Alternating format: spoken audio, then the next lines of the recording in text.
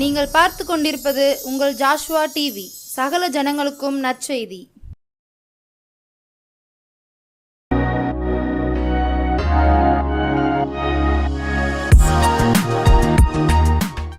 இருக்கிறவரும் இருந்தவரும் வருகிறவருமாகிய சர்வ வல்லமை உள்ள இயேசு கிறிஸ்துவின் நாமத்தினாலே இந்த நாளின் ஜெப வேளைக்கு உங்கள் யாவரையும் அன்போடு அழைக்கிறேன்.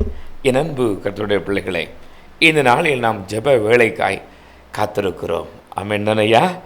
ஆம். இந்த வேளையிலே ஒரு 2 ஜெப குறிப்புகளுக்காய் நாம் ஜெபித்து இந்த ஜெப வேளைக்கு சொல்ல இருக்கிறோம். முதலாவது, நம்முடைய கன்வர்ஷன் கூடையிலும் சரி, நம்முடைய ஊழியத்திற்கும் அநேக பிள்ளைகள் எழுதி அனுப்புகிற ஒரு ஜெப குறிப்பு, எங்கள் வீட்டில் சமாதானம் இல்லை ஐயா, எனக்கு நிம்மதியே இல்லை, ஏன் என் வீட்டுக்கு வருகிறேன், எதற்காக வாழ்கிறேன், எனக்கு வாழ்க்கையே ஒரு வெறுப்பாக இருக்கிறது என்று சொல்லி பலர் புலம்பி கொண்டு இருக்கிறார்கள். அநேகர் எழுதி அனுப்பியிருக்கிறார்கள். என் அன்பு கர்த்தருடைய பிள்ளைகளே, இப்படிப்பட்டவர்களுக்காய் ஜெபிப்பது மேல் விழுந்த கடமை அல்லவா? கர்த்தரை அறிந்த நீங்கள் உங்கள் சொந்தங்களுக்காய், உங்கள் நண்பர்களுக்காய் ஜெபிப்பது உங்கள் மேல் விழுந்த கடமை. ஆமென் தானையா?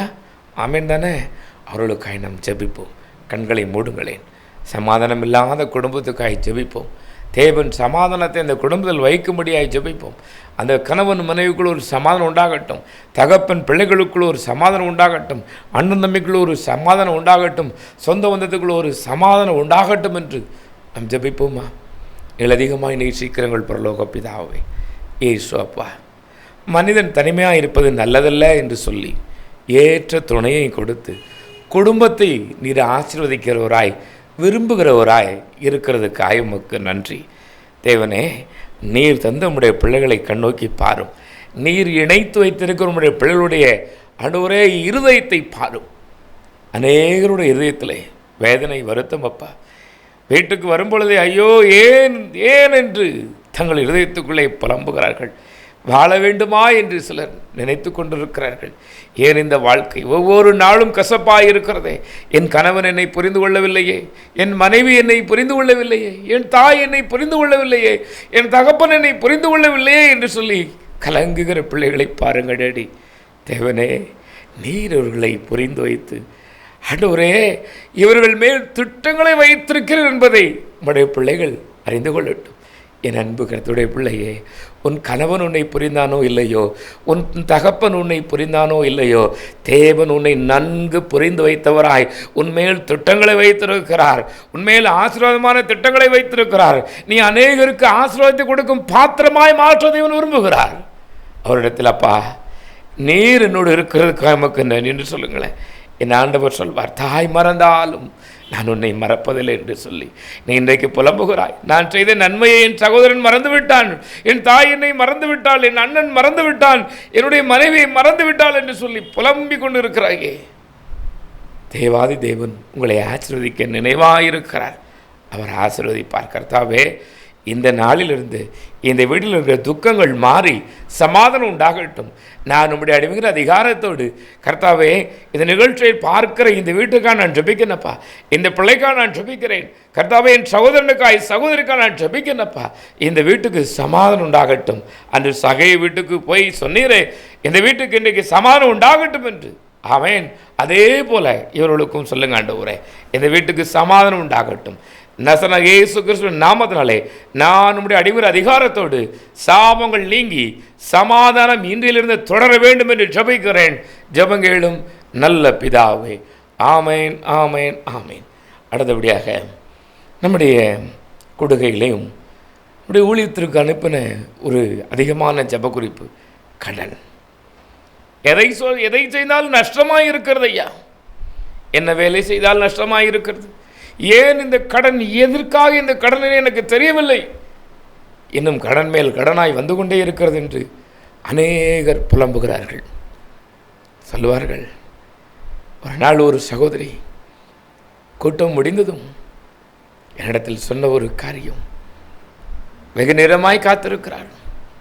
நான் நினச்சிக்கிட்டேன், அவங்க வீட்டில் அன்னைக்கு சாப்பிட போகிறோம் போலக்க, அதுக்காக நம்மளை கூட்டிகிட்டு போகிறதுக்கு நிற்காங்கன்னு. அந்த அம்மா சொன்னிச்சு, ஐயா, நாங்கள் இருவரும் நல்ல சாப்பாடு சாப்பிட்டே ரொம்ப நாள் ஆயிடுச்சு, என் பிள்ளைகள் நல்ல ட்ரெஸ் கேட்குறாங்க, வாங்கி கூட கொடுக்க முடியல. ஆனாலும் நாங்கள் இடைவிடாமல் வேலை செய்கிறோம். நானும் என் கணவரும் இடைவிடாமல் வேலை செய்கிறோம். ஒரு ஆசீர்வாதம் இல்லை. என்ன செய்வேன் என்று புலம்பினாள். இதுவே உங்களுடைய ஜெபமாக இருக்கிறதா? நன்றாய் வேலை செய்கிறோம், வருமானம் இல்லையே. நன்றாய்த்தான் வருமானம் வருகிறது, எங்கு போகிறது? இந்த கடன் இன்னும் மாறவில்லை என்று புலம்பிக் கொண்டிருக்கிறீர்களா? என் அன்பு கர்த்தருடைய பிள்ளையே, உங்களுக்கு ஒரு நற்செய்தியை சொல்லுகிறேன். சர்வத்துக்கும் எஜமானும் சர்வ சிருஷ்டிக்கும் காரணருமாகிய இயேசு மகாராஜாவை இன்றைக்கு உன் குல தெய்வமாய் சொந்தமாய் உனக்கு எஜமானாய் அவரை அழைப்பாயா? அழைத்து அவரிடத்தில் ஒப்புக்கொடு. இன்றைக்கு உன் காரியங்களை சொல்லுங்கள். ஐயா, எனக்கு இவ்வளோ பிரச்சனை இருக்குது, எனக்கு இவ்வளோ வேதனை வருத்தம் இருக்கிறது, இத்தனை காரியங்கள் என்னுடைய கரத்தில் இருக்கிறது, நான் என்ன செய்வேன் என்று சொல்லுங்கள். சீக்கிரத்தில் கடன்கள் மாறவும், நல்ல வருமானம் கிடைக்கவும், அநேகருக்கு கொடுக்கிற கரமாகவும் உங்கள் கரத்தை என் எஜமான் இயேசு மகாராஜன் மாற்றுவார். ஐயா, மாற்றுவாராம்மா. கலங்காதீர்கள், கலங்காதீர்கள். நானும் உங்களுக்காய் ஜெபிக்கிறேன். இப்பொழுது என்னோடு சேர்ந்து ஜெபிப்பீர்களா? என் அன்பு சகோதரனே, சகோதரியே, உனக்கு ஒரு வேளை உன் கரத்தை வானத்துக்கு நேராய் உயர்த்த உனக்கு மனம் இருக்குமாயின், என் அன்பு நண்பரே, என் அன்பு தாயே, உன் கரத்தை வானத்துக்கு நேராய் உயர்த்தி, அப்பா என் கரத்தை பாருங்க டேடி, கடன் வாங்கி கொடுக்க முடியாத இந்த கரத்தை தேவனே கடன் கொடுக்க உதவி செய்யுங்கன்னு சொல்லுங்க. நம்ம எவர்கிட்ட ஏமாற்ற வேண்டாம். தேவன் நல்லதை தருவார். உன் தொழிலை ஆசீர்வதிப்பார், உன் பிரயாசத்தை ஆசீர்வதிப்பார். எவருக்கும் நீ இல்லைன்னு சொல்லாமல் கொடுத்துட்டு அநேகருக்கு திருப்பி தரக்கூடிய ஒரு, அநேகருக்கு நீ ஹெல்ப் பண்ணக்கூடிய ஒரு இடத்துக்கு தேவன் உங்களை கொண்டு வருவார். செய்தார் ஐயா, ருசித்தவன் வந்திருக்கிறேன். 150 ரூபாய் கடையடைச்சு போட்டு ஓடுன வந்திருக்கிறேன் ஐயா. ஆமையா, என் ஆண்டவருடைய கரத்தில் உன் கரத்தை ஒப்பு கொடுப்பாயா? சகோதரனே, சகோதரியே, உன் கரத்தை தருத்திரம் பிடிச்ச அந்த கரத்தை ஆண்டவருடைய கரத்தில் ஒப்பு கொடுப்பாயா? என் ஆண்டவர் சரித்திர நாயகராம். சரித்திரத்தை இரண்டாக்கின தேவன் உன் வாழ்வையும் புதிதாய் மாற்றுவார். நீ கடை வாங்கி ஓடி ஒளிய பிறந்தவன் கிடையாது. நீ கடை வாங்கி திருப்பி தர முடியாம கூனி குறுகி நிற்க பிறந்தவன் கிடையாது. தைரியமாய் சொல், சீக்கிரத்தில் உன் கடன்களை அடைப்பேன் என்று. ஆம், நான் சொல்லுவேன், இந்த ஆண்டுக்குள்ளே நீ அடைப்ப. உன் கரத்தை கர்த்தருக்கு நேராய் உயர்த்தி, அப்பா என் கரத்தை பிடிச்சிக்கோங்கப்பா, இனி இந்த கரம் கடன் வாங்கக்கூடாதப்பா, கொடுக்குற கரமாக இந்த மாற்றுங்க டேடின்னு சொல்லுங்க. தருத்திரம் பிடிச்ச இந்த கரத்தில் எவ்வளோ வந்தாலும் நிற்க மாட்டேங்கப்பா. இனி என் கரம் அப்படிப்பட்ட ஒரு கரமாக இருக்கக்கூடாது, அநேகருக்கு கொடுக்குற கரமாக மாறணும்னு சொல்லி கரத்தை உயர்த்தி ஜபிப்பீர்களா? ஜபியுங்களேன். சர்வத்துக்கும் எஜமான் தாழ்மை உள்ளவர்கள் மேல் கிருபை வைக்கிறாராம். அவரிடத்தில் தாழ்த்துங்கள், அவர் உங்களை உயர்த்துவார். கரங்களை உயர்த்தி, அப்பா இந்த கரத்தினால் நீர் தந்த வேலைகளை செய்தேன் ஆண்டவரே, ஆனாலும் ஒரு பிரயோஜனமும் இல்லையே. கஷ்டம், வேதனை, வருத்தம் தான் ஐயா இருந்து கொண்டு இருக்கிறது. இந்த கரத்தை ஆசீர்வதிங்க டேடி. இந்த கரத்தினால் வாங்கின கடனை கொடுக்க முடியவில்லையே தேவனே, அதற்கு ஒரு வழிவாசலை திறந்துள்ளும். இனி இந்த கரம் கடன் வாங்கக்கூடாதப்பா ஐயா. இதை உம்முடைய கருத்தில் நான் வைக்கிறேன். இயேசுவே, தாயவாய் நீர் ஏற்றுக்கொள்ளும். ஆசீர்வாதம் நன்மையும் இன்றையிலிருந்து எனக்கு வரட்டும் சொல்லுங்க ஐயா, சொல்லுங்கம்மா. தேவனே, உடைய பிள்ளைகள் இடத்தில் கேட்கிறாளப்பா. கேட்கிற எவனும் பெற்றுக்கொள்ளன்னு சொல்லியிருக்கிறீரே. கேளுங்கள், கேளுங்கள் என்று நீங்கள் சொல்லியிருக்கீங்க டாடி. நீ இதுவரை கேட்டதெல்லாம் பெருசு இல்லைம்மா, பெருசாக கேளு, நல்லதாக கேளு நீங்கள் சொல்லியிருக்கீங்களே. அந்த வார்த்தையை நம்பி உம்முடைய பிள்ளைகள் கேட்டுக்கொண்டு இருக்கிறார்கள். உம்முடைய குடும்பத்துக்கு, உம்முடைய பிள்ளைகளுடைய குடும்பத்துக்கு ஒரு ஆசீர்வாதத்தை தாரும். கையிட்டு செய்கிற வேலையிலெல்லாம் ஒரு ஆசீர்வாதம் உண்டாகட்டும். யார் யார் இப்பொழுது தங்களை தாழ்த்தி வானத்துக்கு நேராய் தங்கள் கரங்களை உயர்த்தி கேட்டுக்கொண்டு இருக்கிறார்களோ அவர்கள் மேல் உம்முடைய கிருபையுள்ள கரம் தொடுவதாக. உடைய வல்லமை வெளிப்படட்டும் அப்பா. சாபம் நீங்கட்டும், ஆசீர்வாதம் தொடரட்டும் பிதாவே. ஆமேன், ஆமேன், ஆமேன். சேனைகளின் கர்த்தராம், இரக்கத்தில் ஐஸ்வரமுள்ள இயேசு மகாராஜன் நம்மோடு பேசுவாராக, பேசுவாராக. ஆமேன் சொல்லுங்களேன். தேவாதி தேவன் நம்மோடு பேசும்படி எனக்கும் ஒரு வார்த்தையை தந்து அனுப்பியிருக்கிறார் ஐயா. ஆம், நான் என்னை ஒரு இடத்துல அடிக்கடி சொல்லுவேன், எனக்கு சுயமாய் பேச வராதம்மா, தெரியாதையா. தேவன் எனக்கு தருகிறதை மாத்திரம் சொல்லுவேன். அவர் என்ன கொடுக்குறாரோ அதை அப்படியே உங்களுக்கு கொடுக்க விரும்புகிறேன். எனக்காய் நீங்கள் ஜெபித்துக் கொள்ளுங்கள். என்னையும் உங்கள் ஜெபங்களில் நினைத்து உங்களுடைய ஜெபத்தினால் என்னை தாங்குங்கள். ஆம், கர்த்தர் உங்களை ஆசீர்வதிக்கட்டும். உங்களிடத்தில் வேத புஸ்தகம் இருக்கிறதா என் அன்பு நண்பரே?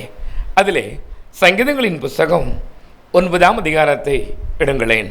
சங்கீதம் 9ஆம் அதிகாரம் 18வது வசனத்திலே இவ்விதமாய் ஒரு வார்த்தை இருக்கிறது. எங்கூட வாசிப்பீங்களா? சேர்ந்து வாசிப்போமா? எளியவன் என்றைக்கும் மறக்கப்படுவதில்லை, சிறுமைப்பட்டவருடைய நம்பிக்கை ஒருபோதும் கெட்டு போவதில்லை. எளியவன் என்றைக்கும் மறக்கப்படுவதில்லை. அநேகருடைய நீதி, அநேகர் செய்த நற்செயல் எளியவர்களாக இருக்கும் பொழுது வெளிவராது. வருமா? ஏழையோட சொல் எங்கே எடுபடும்? கர்த்தரிடத்தில் தான் எடுபடும். ஆம், இன்றைக்கு நீங்களும் செய்த நன்மைகளை எல்லோரும் மறந்துட்டாங்க தானே? அப்படி தானையா? நீங்கள் ஏழையாக இருப்பதினால் நீங்கள் அநேகருக்கு செய்த நன்மையை, அநேகருக்கு பாராட்டின தயையை அவர்கள் மறந்து இன்றைக்கு யார் பேரோ சொல்லிக்கிட்டு இருக்காங்க. உங்கள் மூலமாக வளர்ந்தவங்க, உங்களுடைய நேமில் வந்தவங்க இன்னைக்கு உங்களை மறந்துட்டாங்க தானே? வேதத்திலே சொல்லப்படுகிறது, எளியவனை தேவன் என்றைக்கும் மறக்க மாட்டாராம். மறக்க மாட்டார். ஆமையா, அவர் மறக்க மாட்டார். நாம் செய்த எல்லாவற்றையும் தேவாதி தேவன் நினைவில் வைத்திருக்கிறது மாத்திரமல்ல, ஞாபக புஸ்தகத்தில் எழுதியும் வைத்திருக்கிறாராம்.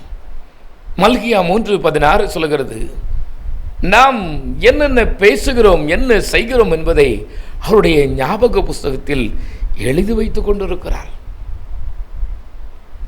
ஒரு முறை ஒரு தகப்பன் தன் பிள்ளை சொல்லுவானாம், எனக்கு ரொம்ப கோபம் வருது டேடி, திடீர்னு அடிக்கடி எனக்கு ரொம்ப கோபமாக வருது, நான் என்ன செய்ய என்று சொல்லுவானாம். அந்த கோபத்தில் தான் பாத்திரங்களை உடைத்துடுகிறேன், அந்த கோபத்தில் தான் என் தங்கையை வைத்து விடுகிறேன், அந்த கோபத்தில் தான் என் அண்ணனை அடித்து விடுகிறேன், அந்த கோபத்தில் தான் உங்களை நான் எதிர்த்து பேசுகிறேன், நான் என்ன செய்வேன் என்று சொன்னானாம். உடனே தகப்பன் சொல்லியிருக்கிறார், மகனே, எனக்கு உன் மீது கோபம் இல்லையேப்பா, ஆனால் நீயே உன் மனதார சொல்லுகிறாய் எனக்கு கோபம் அடிக்கடி வருகிறது என்று. உனக்கு கோபம் வரும்போதெல்லாம் இந்த ஒரு ஆணியை எடுத்து பக்கத்தில் இருக்கிற இந்த மர பலகையின் மேல் நீ அடித்து விடு என்று சொன்னாராம். அவ்வளவுதான். ஏதாவது சின்னதாக உடனே ஒரு கோபம் வந்துடும், உடனே ஒரு ஆணி எடுப்பார், சுத்தியில எடுப்பார், அடிப்பார், அவ்வளவுதான். கொஞ்ச நாள் ஆயிற்று. தகப்பனார் பார்த்தார், மகனே, இப்பொழுது உன்னுடைய கோபம் எப்படி இருக்கிறது? என்னமோப்பா அப்படியே தான் இருக்குது, கொஞ்சமும் குறையலை, அங்கே பாருங்க எவ்வளோ ஆணி அப்படின்னு சொல்லிட்டு அந்த மர பலகையை காண்பித்திருக்கிறான். தகப்பனார், மகனே, மர பலகையின் ஒரு சைடை நீ பார்க்கிறாய், இந்த மர பலகையின் உள்ளே என்ன இருக்கிறது என்பதை பார்க்கிறாயா என்று சொல்லி அந்த மர பலகையை அவருடைய கையில் எடுத்து பின்னால் திரும்பி காண்பித்திருக்கிறார். முள்கள் முள்கள் போல எல்லா ஆணிகளும் கூராய் கூராய் ஆங்காங்கே ஆங்காங்கே நீட்டிக்கொண்டு இருக்கிறது.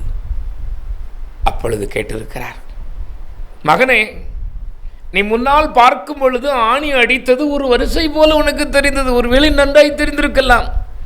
ஆனால் பின்னால் பார், எவ்வளவு கூர்மையான ஆயுதங்கள் போல, ஈட்டி போல, ஊசி போல, அந்த பெரிய முள் போல இருக்கிறது, இதில் உன்னால் கை வைக்க முடியுமா என்று சொன்னாராம்.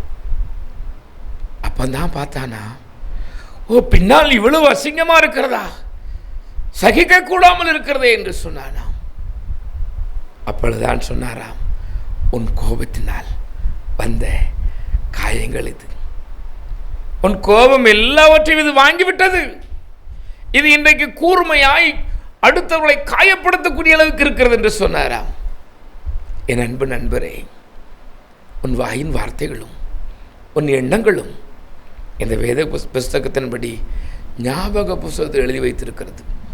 உன் கண்ணீரும் அங்கே எழுதப்பட்டிருக்கிறது. நீ மற்றவர்களுக்கு செய்த நன்மையும் அங்கே எழுதப்பட்டிருக்கிறது. நீ மற்றவர்களுக்கு பாராட்டின தாயை எழுதப்பட்டிருக்கிறது. மனிதன் மறந்து போவான். அந்த நேரத்துக்கு தானே நம்மளை தேடுவாங்க. அப்படித்தானே ஐயா? அப்படித்தானே? அவங்க அந்த நேரத்துக்கு தேடுவாங்க. சமயத்துக்கு ஏற்றாற் போல் நம்மை தேடி தூரை ஒதுக்கி விடுவார்கள். தேவன் அப்படிப்பட்டவர் அல்ல. உங்கள் நீதியையும் உங்கள் பிரயாசத்தையும் நினைவில் கொண்டவராயிருக்கிறார். வேதத்திலே ஒரு மனிதனை நான் உங்களுக்கு காண்பித்து கொடுக்க இருக்கிறேன். என்னோடு திருப்புங்களேன்.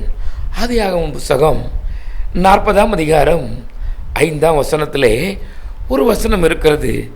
ஆதியாகமம் 40 பார்த்தீங்கன்னா 5ஆம் அதிகாரம் விதமாய் சொல்கிறது, எகிப்து ராஜாவுக்கு பான பாத்திரக்காரனும் சுயம்பாகியுமாகிய 2 பேர் சிறைச்சாலையில் இருக்கும்போது ஒரே ராத்தில் வெவ்வேறு பொருள் கொண்ட சொப்பனம் கண்டார்கள்.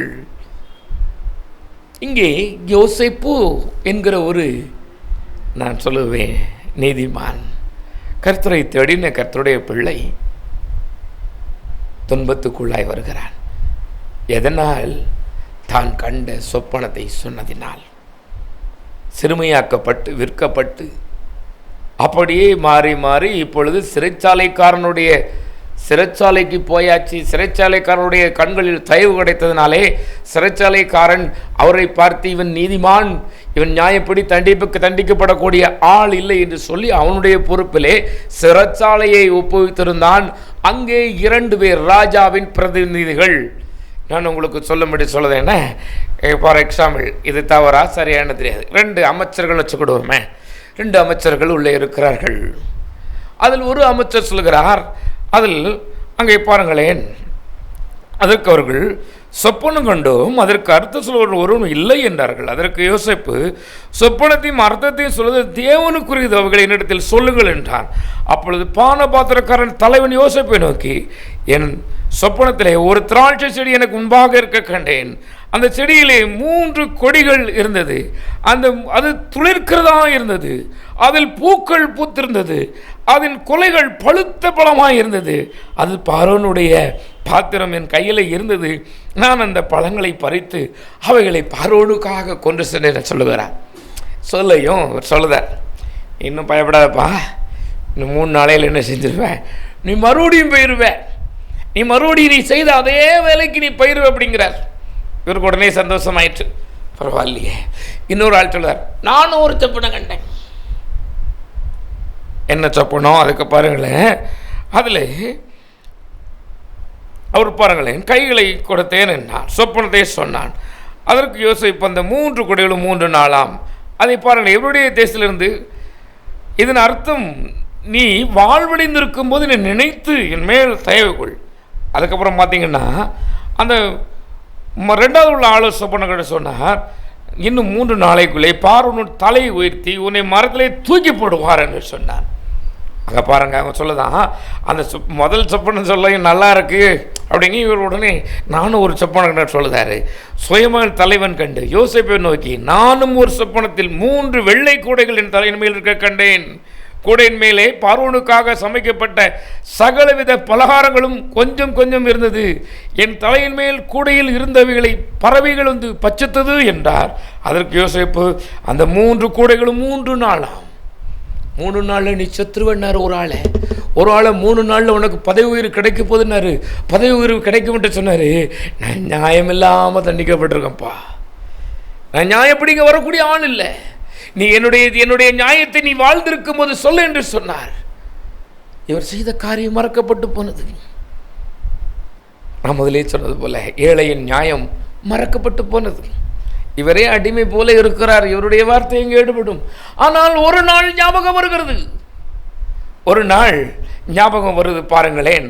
அந்த ஞாபகம் வந்து இவர் சொல்லுகிறார், அங்கே ஒரு ராஜா சொப்பனம் கண்ட பொழுது, ராஜா பார்வோன் ராஜா சொப்பனம் கண்டுகிறார். உடனே எடுத்துட்டு, ஐயா இங்கே உள்ள யாருக்கும் தெரியாது, நீங்கள் கோவப்படும் போது என்னை நீங்கள் சிறைச்சாலையில் அடைச்சிக்க, அப்போது நானும் சொப்பனம் கண்டேன்.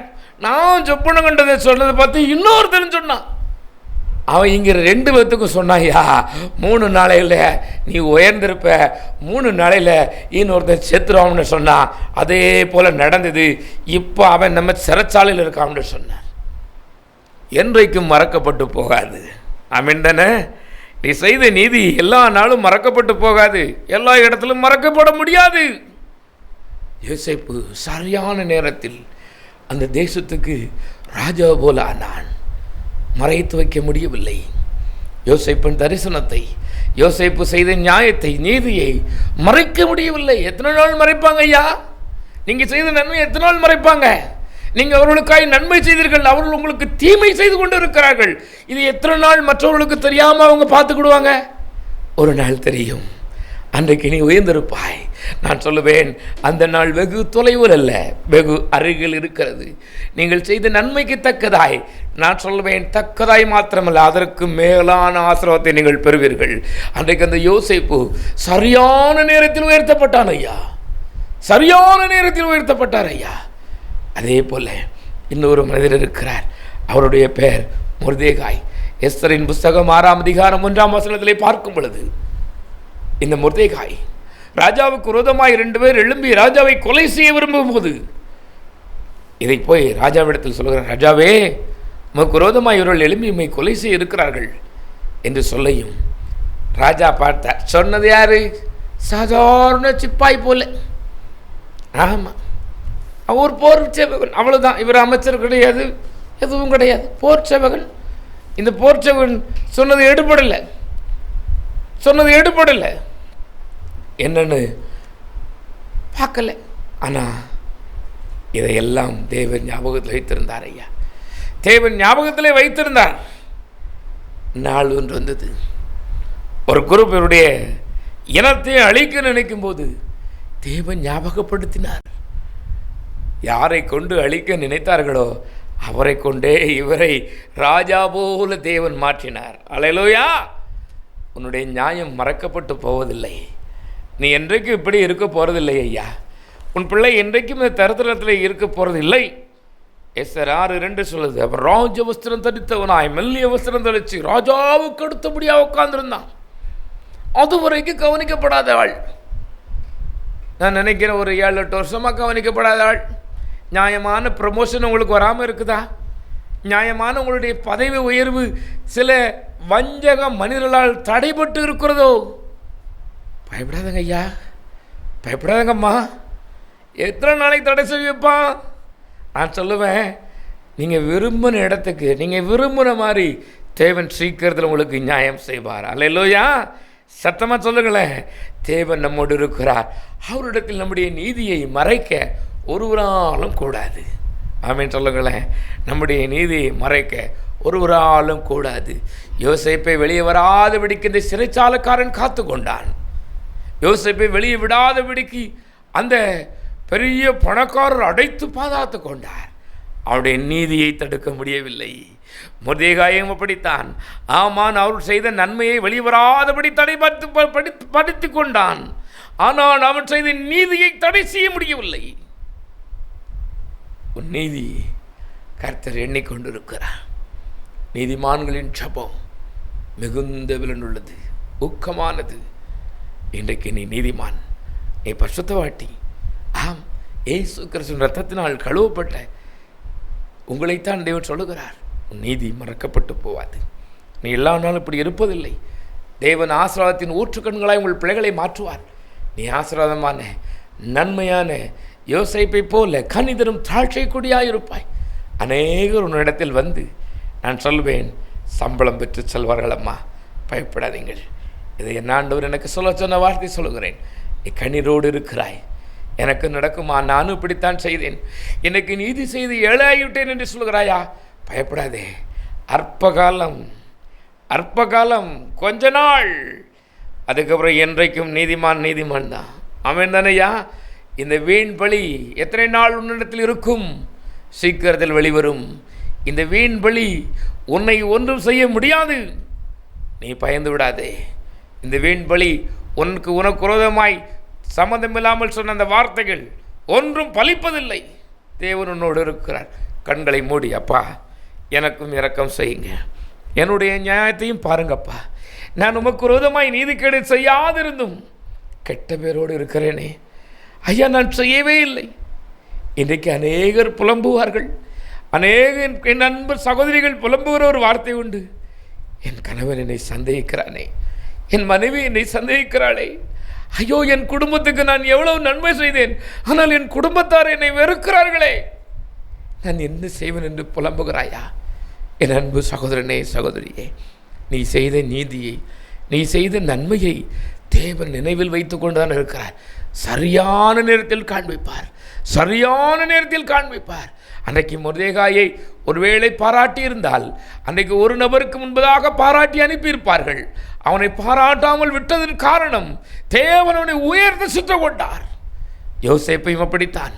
ஒருவேளை இந்த ராஜாவுக்கு போய் சொல்லியிருந்தானால் அந்த யோசேப்பை வெளியே விட்டிருப்பார்கள், ராஜாவாக இருக்க முடியாது. ஆனால் உள்ளே இருந்ததினாலே அவன் பார்வோனுக்கு அடுத்த ஒரு ராஜா போல இருந்தான். ஐயா, நான் சொல்லுவேன், கர்த்தருடைய பிள்ளைகளுக்கு நடப்பதெல்லாம் நன்மைக்கு. நன்மையான காரியத்தை தேவன் உன் மூலமாய் திட்டம் பண்ணி இருக்கிறார். உன் புத்தி கெட்டாத காரியங்களை திட்டம் பண்ணி கொண்டு இருக்கிறார். அதனால்தான் இந்த உபத்திரவத்தின் பாதை, அதனால்தான் இந்த கண்ணீர், அதனால்தான் இந்த வேதனை. ஆனால் இது நிரந்தரமில்லை. சீக்கிரத்தில் சீக்கிரத்தில் சீக்கிரத்தில் பெரிய காரியங்களை தேவன் உனக்கு செய்வார். அப்பா, யார் யார் இந்த செய்தியை நம்பி ஜெபிக்கிறார்களோ, ஐயோ இது எனக்குத்தான், என் குடும்பம் தான் என்னை வெறுக்கிறது, நான் தான் இப்படிப்பட்ட ஆள் என்று யார் யார் ஒத்துக்கொண்டு ஜெபிக்கிறார்களோ அத்தனை பேருக்கு நீர் இரக்கம் பாராட்டி, கர்த்தாவே உம்முடைய நீதியை விளங்க பண்ணும். மனிதர்கள் இவர்கள் நீதியை மறுத்திருக்கலாம், மனிதர்களுடைய காரியங்களை வெறுத்திருக்கலாம், ஆனால் நீர் வெறுக்காதவர், நீர் நினைவில் வைத்திருக்கிற தெய்வம். இவர்களை ஆசீர்வதிங்கப்பா, பிள்ளைகளை ஆசீர்வதிங்க, தேவைகள் சந்திக்கப்படட்டும், குறைகள் எல்லாம் நிறைவாகட்டும்.